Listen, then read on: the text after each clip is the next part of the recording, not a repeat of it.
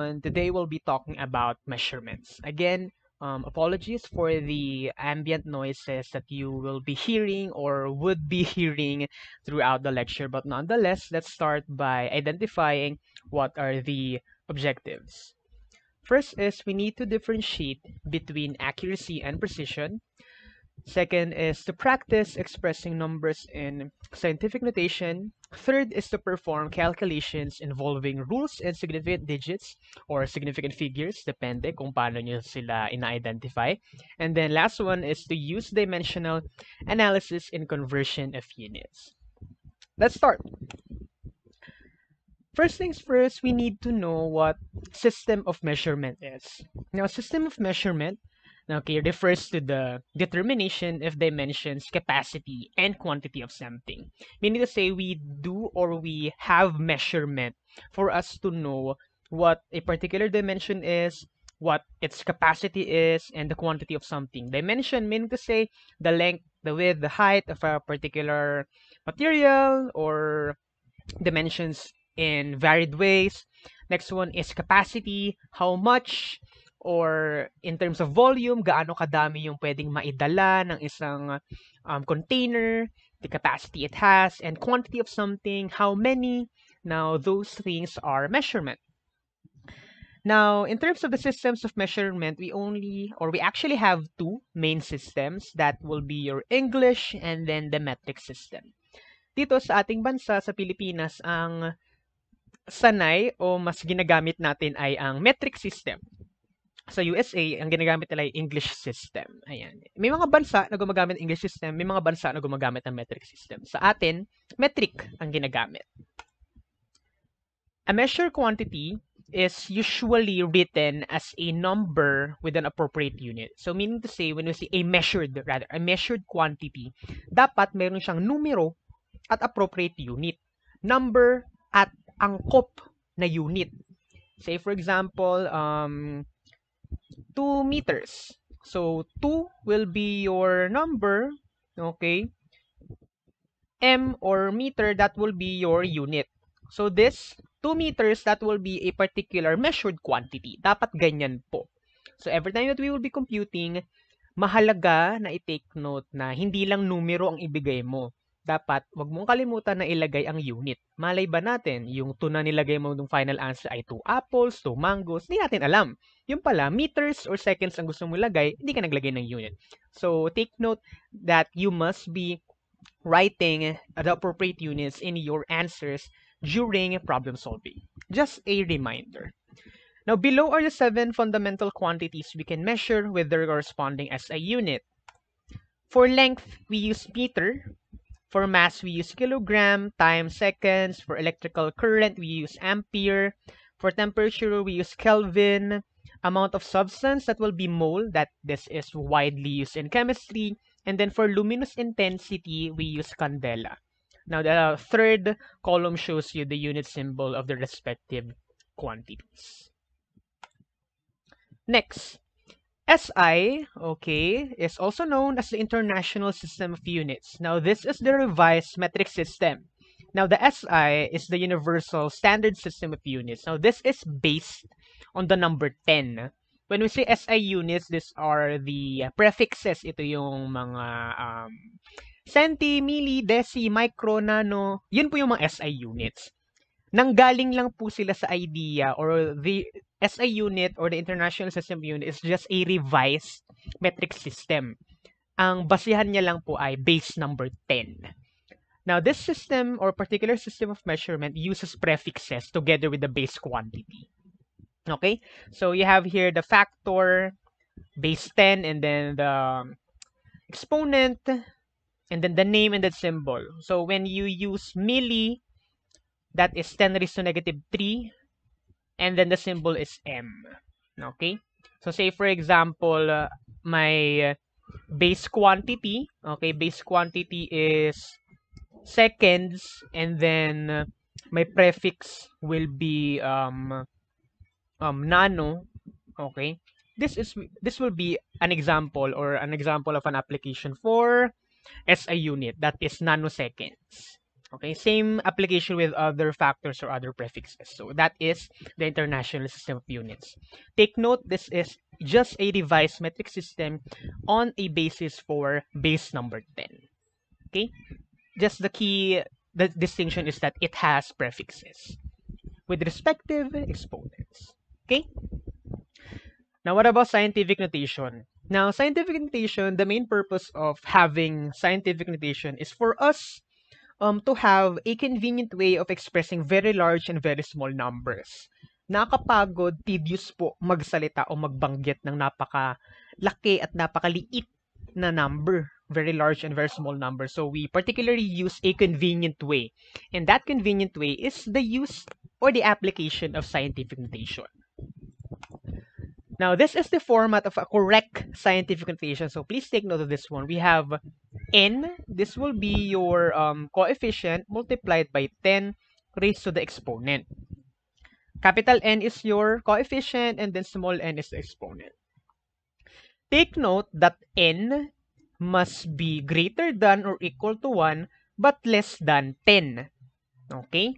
So, dapat po ang value ng coefficient mo, yan, yung malaking letter n na yan, ay greater than or equal to 1 but less than 10.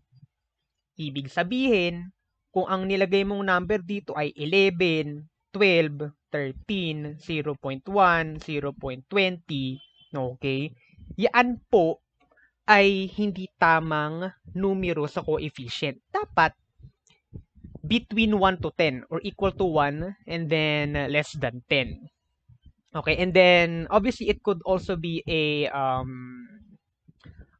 depending on the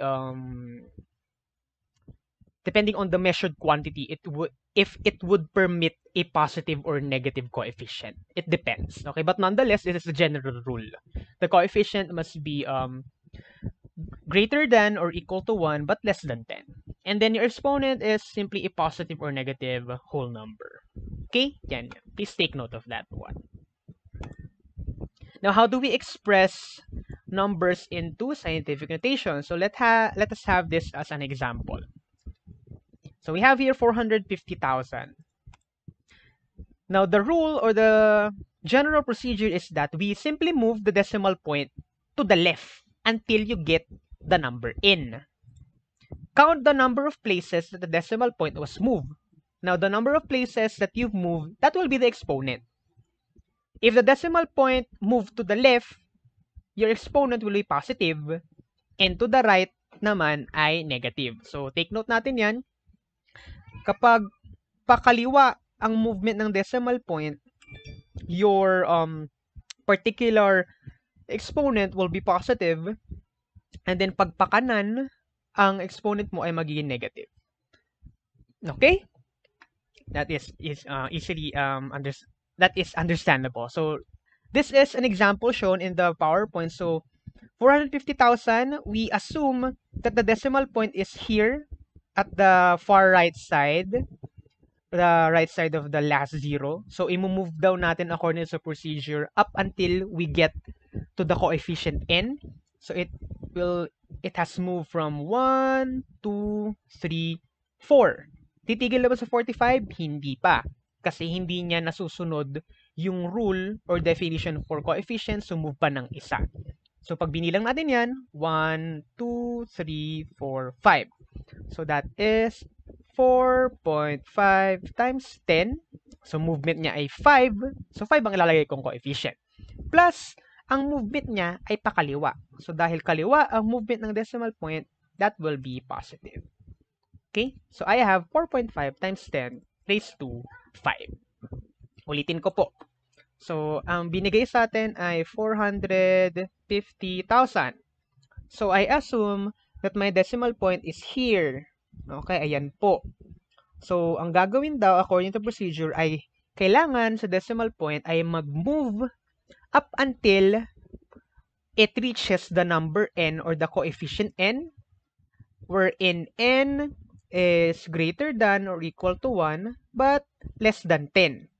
So move. So we'll be moving this one. So 1, 2, 3, 4. Itigil na ba kay 45 point? Hindi. Kasi si 45 point ay labis sa inequality nito or sa rule na ito. So move pa ng isa, 5, 4.5. And then since the movement or the number of places moved by the decimal point is 5, and then pakaliwa siya, that will be positive 5. So this will be your final answer. Okay? Madali lang.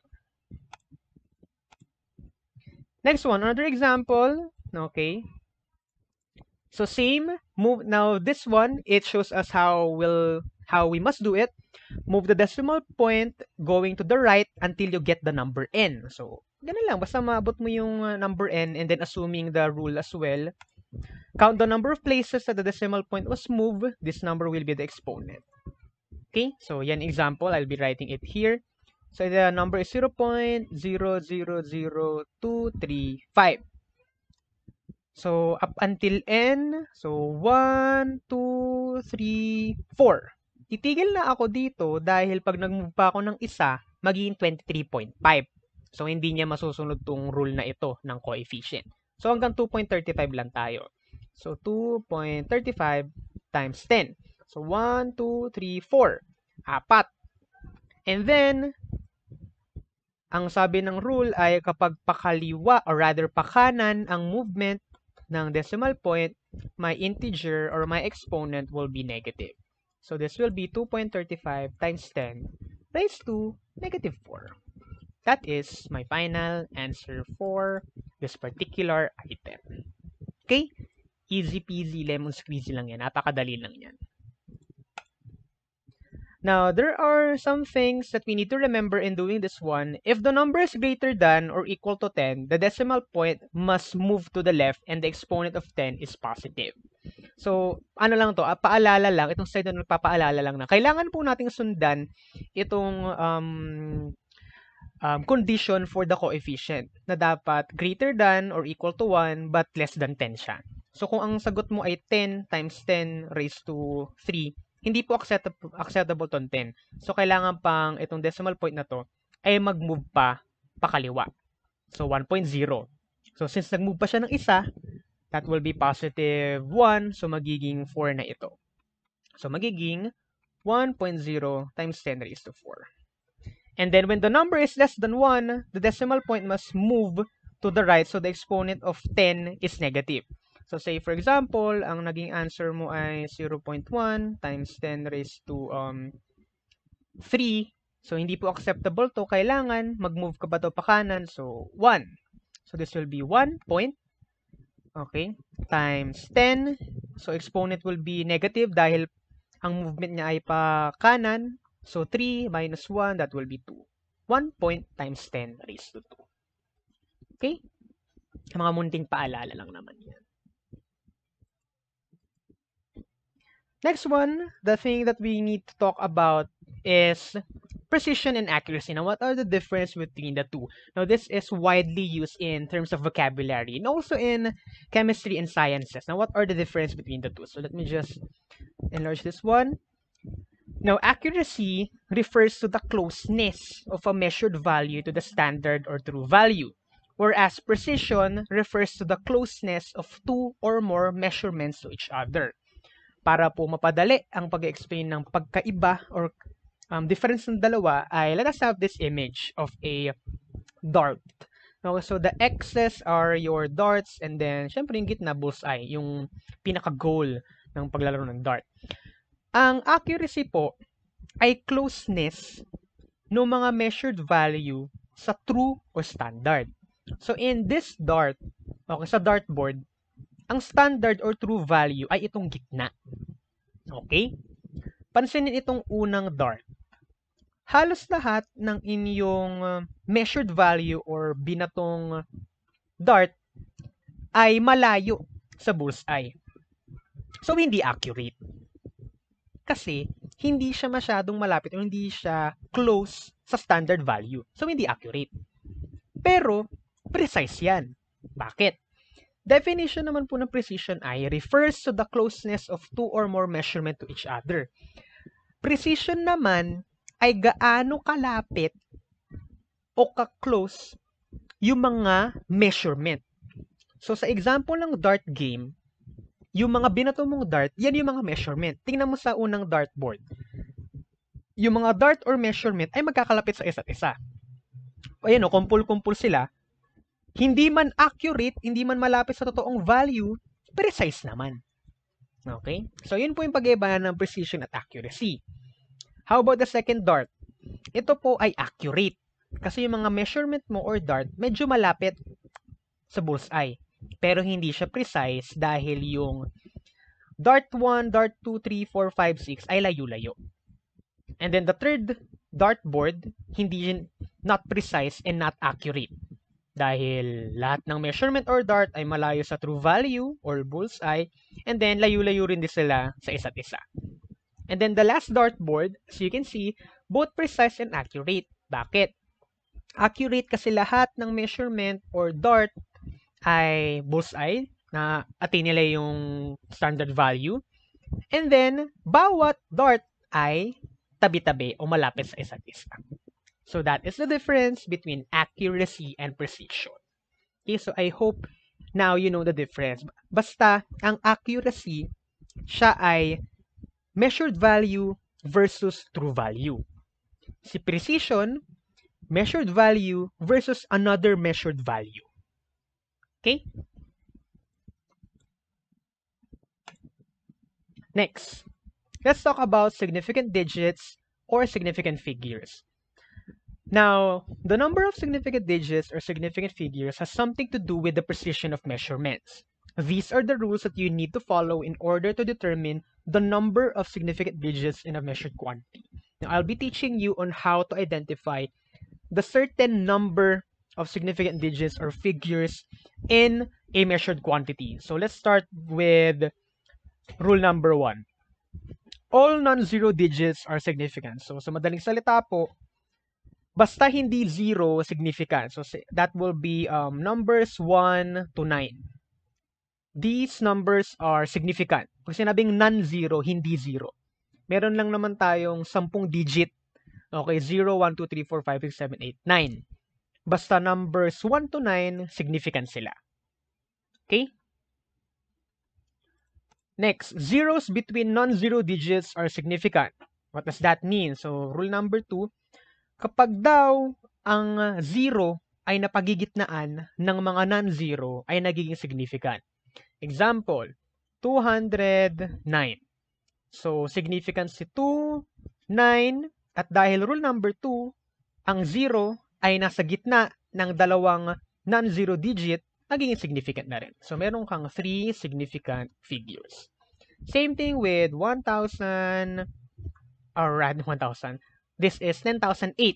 So, significant, significant, at napapagitnaan itong tatlong zero ng dalawang non-zero digits, we have 5 significant figures. Okay? Third rule, zeros to the left of the first non-zero digit are not significant. Now, what does that mean? So, say for example, ang binigay na number ay 0.001. Okay? Sabi, yung zeros daw sa kaliwa ng unang non-zero ay hindi significant. Non-zero. So, ang non-zero natin dito ay number 1. So, lahat daw ng nasa kaliwa, okay, lahat daw ng nasa kaliwa niya ay hindi significant. So, therefore, for 0.001, we only have one significant figure. So, another example is 0.00023. Okay? So, hanapin ang unang non-zero. Ang unang non-zero ko ay number 2. So, this will be my first non-zero. So, lahat daw ng nasa kaliwa, okay, ay hindi significant. So, meron lang tayong significant figure dito ay 2. Okay? Yun po ang gustong sabihin ng third rule. Fourth rule. So, ano naman ang sinasabi ng ika-4 na rule? If a number is greater than 1, then all the zeros written to the right of the decimal point count as significant digits. Okay, so say for example, anong gusto sabihin? Ganito lang simple yung gusto sabihin ng number 4. Then all the zeros written to the right decimal count as significant digit. Okay, so say for example, we have 2.000. Okay? Lahat daw po okay, ng zeros sa kanan, okay, ng decimal point ay maging significant. Okay? So, dapat ganito ang maging anatomy ng measured quantity mo. Dapat meron kang non-zero, tapos ang kasunod ng non-zero mo ay decimal point, at lahat ng nasa kanan na zero ay magiging significant. So, therefore, this will be 4 significant figures. Another example. Say, for example, I have 32.00. Okay? So, meron na naman ako ditong dalawang non-zero digit. And then, ito yung decimal point ko. Lahat daw ng zeros sa kanan ng non-zero na sinundan ng decimal point ay significant. So, meron ako dito ang 4 na significant figure.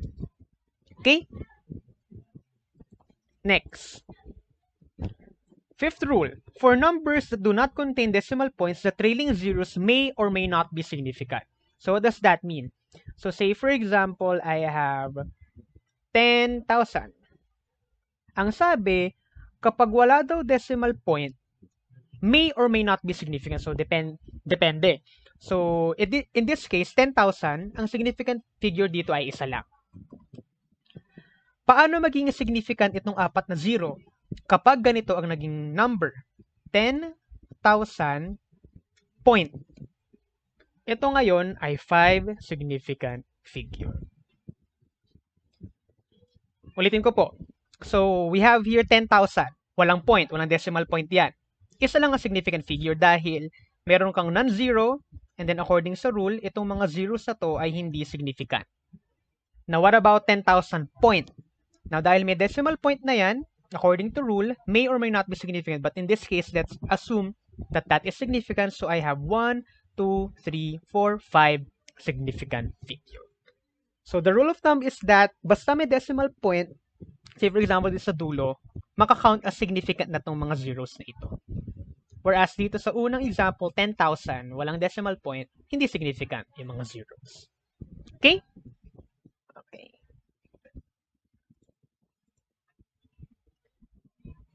Now, these are just examples on how we identify significant digits or figures. So, let's start with this one, 4.25. Now, this will be 3 significant figure. Okay? 250. 250 only has 2 significant figure. How about 2005? 2005 has 4 significant figure. How about 12.0? 12.0 has 3 significant figure. Sinusundang rule ng 12.0 ay ito pong rule number 4. Okay? 12.0 kasi may decimal point and then yung 0 sa kanan, which is this 0, ay maging significant. 0.0005. 1 significant figure lang yan. Ang sinusundang rule niya naman yan ay itong rule number 3. Yung first non-zero digit and then yung mga nasa kaliwa niya daw ay hindi magiging significant. 3.00, yan ay 3 significant figure, and then 0.00104, 3 significant figure. Okay? Easy peasy lemon squeezy. Napakadali lang po. As long as we follow the rules in identifying significant figures. Now, at this point, we'll be dealing with computations involving significant figure. Now, how do we apply this one? Now, there are 2 things we need to remember. First is that in addition and the subtraction, there is a rule that we need to follow in terms of significant figure. In addition and subtraction, the answer must be rounded off to the number of decimal places of the data having the least number of decimal places. So meaning to say po, the final sum and the final differences will be respective of the least decimal place among the given. So let me explain in a much easier sense. Suppose you want the total volume after adding water to a solution, you have 73.5 milliliter in a graduated cylinder and 32.28 milliliter of water in a flask. So we need to know the total. So addition. So adding them, we have 73.5 milliliter plus 32.28 milliliter. The answer is 105.78 milliliter. But since this is addition, we need to follow a certain rule involving sig fig. So according to definition, we should follow least decimal places among the given. Okay? So meron kang 73.5 at 32.28. Itong 105.78 milliliter, hindi pa yan final answer. So hanapin natin ang least decimal place sa dalawa. So ang least decimal place kay 73.5 and 32.28 ay 73.5. So that is why 105.78 will be rounded off into 105.8 milliliter. Okay? Again, in both, parehas to addition man o subtraction, ang susundan natin kapag nag-round off po tayo ay least decimal place. Tandaan, decimal place. Pinakamababang decimal place sa mga given. So sa mga given ka titingin. Sa mga given na inad o sinubtract mo. So in this case, 73.5, siya ang may pinakamababang decimal place. That is why yung final answer na dapat 105.78 ay ni-round off pa into 105.8. Okay? Okay. Next one. Now, how about multiplication and division? So, iba pong rule o kwento naman kapag multiplication and division. So, multiplication and division. To make things easier, kung ang addition and subtraction, ang basihan mo ay least decimal place, kapag multiplication and division, ang basihan mo naman ay least significant figure.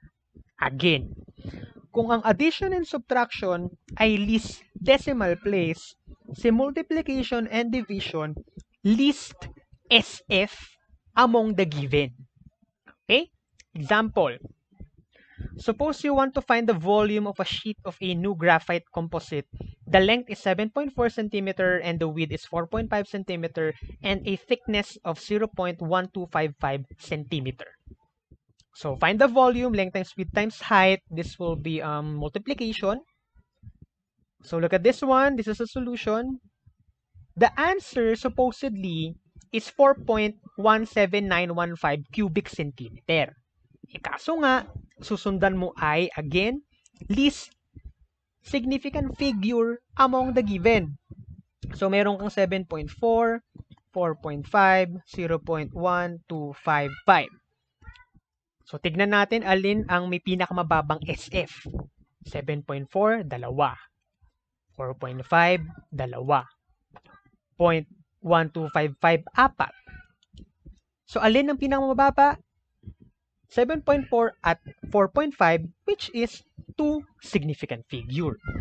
So, itong sagot natin na 4.17915 cubic centimeter, dapat 2 sigfig lang.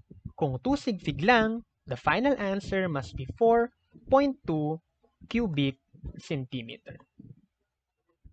Again, multiplication, division, least SF. Ang pinakamababang significant figure sa mga minultiply ay dalawa. 2SF, yung 7.4 at 4.5. Itong supposed na answer ko na 4.17915, dapat gawin ko lang 2 sigfig. Paano? Si 4.17915, bibilangin natin yung dalawang sigfig ay hanggang dito lang. 1, 2. So, dapat hanggang dito lang yung magiging final answer mo hanggang kay 4.1. So, rounding it off, since ang katabi ni 1 ay 7, round up, magiging 4.2. Okay? Okay. Easy. Napakadali lang. Let me repeat. Again, addition, subtraction, decimal place sa mga given. Yan ang basehan. Pag multiplication, division, least significant figure naman among the given. Laging sa given titingnan. Add, subtract, decimal place ang basehan.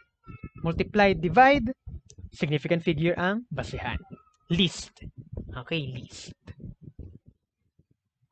Okay? Okay. Remember, now there are some things that we need to remember in terms of significant figure. There is what we call exact numbers. Now, keep in mind that exact numbers obtained from definitions or by counting numbers of objects can be considered to have an infinite number of significant digits.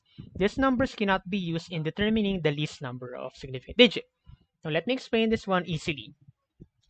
Say, for example, we need to use an exact number, or an exact number is part of the given. So say for example, nagmultiply ka, ang mga given ay 2.0, 1.01, and then yung given na pi. Pi is equal to 3.14. Okay? 3.14, tama ba? Yes, this is 3.14. Pag sinabi pong exact number, ibig sabihin po ng exact number sa madaling salita ay, by definition, itong mga number nito ay nag-i-exist na. Okay? Exact numbers obtained from definition. Sila ay defined na talaga. Other than pi, we have speed of light, ano pa ba? Mga constants. Ayan, mga constants tulad ng ano ba mga constant, mga universal constant, yung gravitational pull and so on and so forth. 'Yon. And tulad ng pi, yan mga constant. Ang ibig sabihin ng slide lang nito, kapag daw po kasama sa mga given itong exact number na 3, for example, 3.14, hindi po siya kandidato sa pamimili ng least significant figure kapag nag-multiply or divide. Ulitin ko po. Say for example, resolve ka. Meron kang 2.0, tsaka 1.01, tsaka pi. Okay, mamultiply mo yung tatlo. Naalala mo, according sa rule, pag exact number, hindi pwedeng maging kandidato para sa least SF. So, ang pwede mo lang pagpilian ngayon ay si 2.0 at 1.01. So, kung ano man yung magiging sagot mo dyan, kay 2.0 at 1.01 ka lang pwede magbase ng least SF. Hindi kandidato si exact number or any number that is constant. Yun pong ibig sabihin nitong slide na yan. Okay? Again, basta exact number or constant, tapos kasama siya sa division, multiplication, hindi siya candidate for least significant figure na basis mo sa pag-round off. Okay? Okay.